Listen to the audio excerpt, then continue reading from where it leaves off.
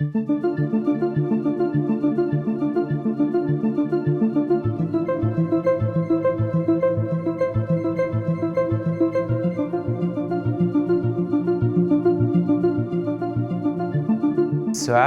ist kein Sport, sondern eine Philosophie. Und dieses Bewegen in einer bestimmten Dynamik ist eine ganz spezifische Erfahrung.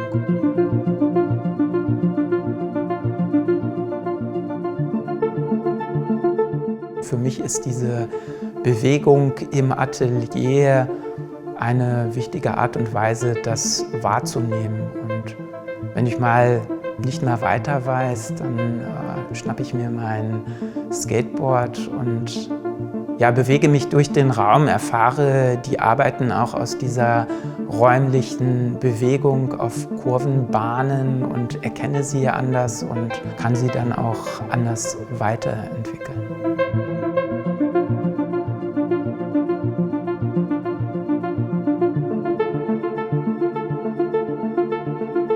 Kurve bedeutet immer Bewegung, bedeutet Durchdringung, Durchdringung unterschiedlicher Sphären, Durchdringung auch von Räumen, und das ist das, was mich daran besonders interessiert. Bei den Acrylgasarbeiten ist es auch so, dass die Konturen durch die Lichtbrechung besonders betont sind. Also man hat nicht nur Flächen, sondern auch Linien, die sich überlagern, und diese räumliche Komplexität interessiert mich daran besonders.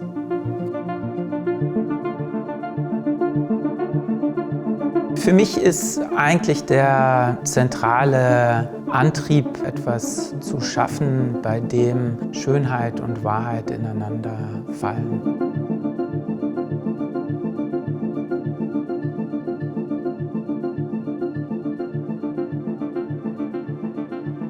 Ja, der Matthias Papst beschäftigt sich auch sehr stark mit Architektur, und mit diesem Thema habe ich ihn auch kennengelernt. Seine Arbeiten überzeugen auf den ersten Blick, weil die unglaublich perfektionistisch sind.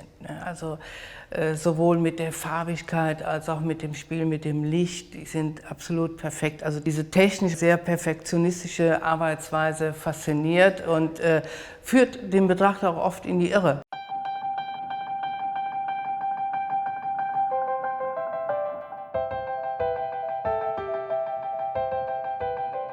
Ich glaube, in erster Linie findet der Galerist den Künstler. Also das ist, glaube ich, der üblichere Weg, und so war es auch bei uns.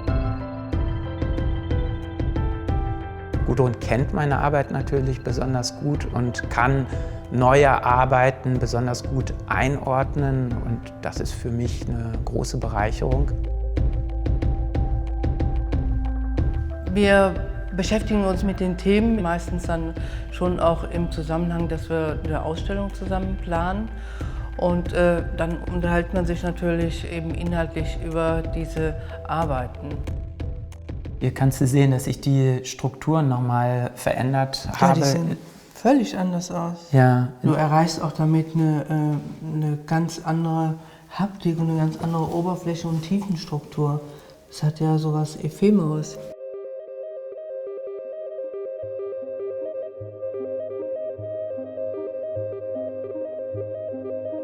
Gudrun ist eine gute Kombination zwischen einem fundierten kunsthistorischen Wissen und einer sehr angenehmen Bodenständigkeit. Also auf der Achse entlang zu schauen, wie die drei Farben zueinander stehen und miteinander spielen, ganz großartig. Schön.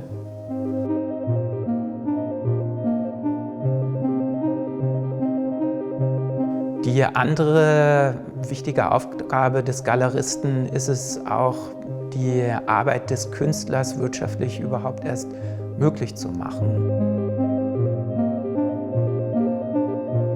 Die Galeristen sind immer Vermittler, Vermittler zwischen dem Künstler, der Außenwelt, den Sammlern natürlich auch. Und ja, ohne Galeristen könnten Künstler nicht leben.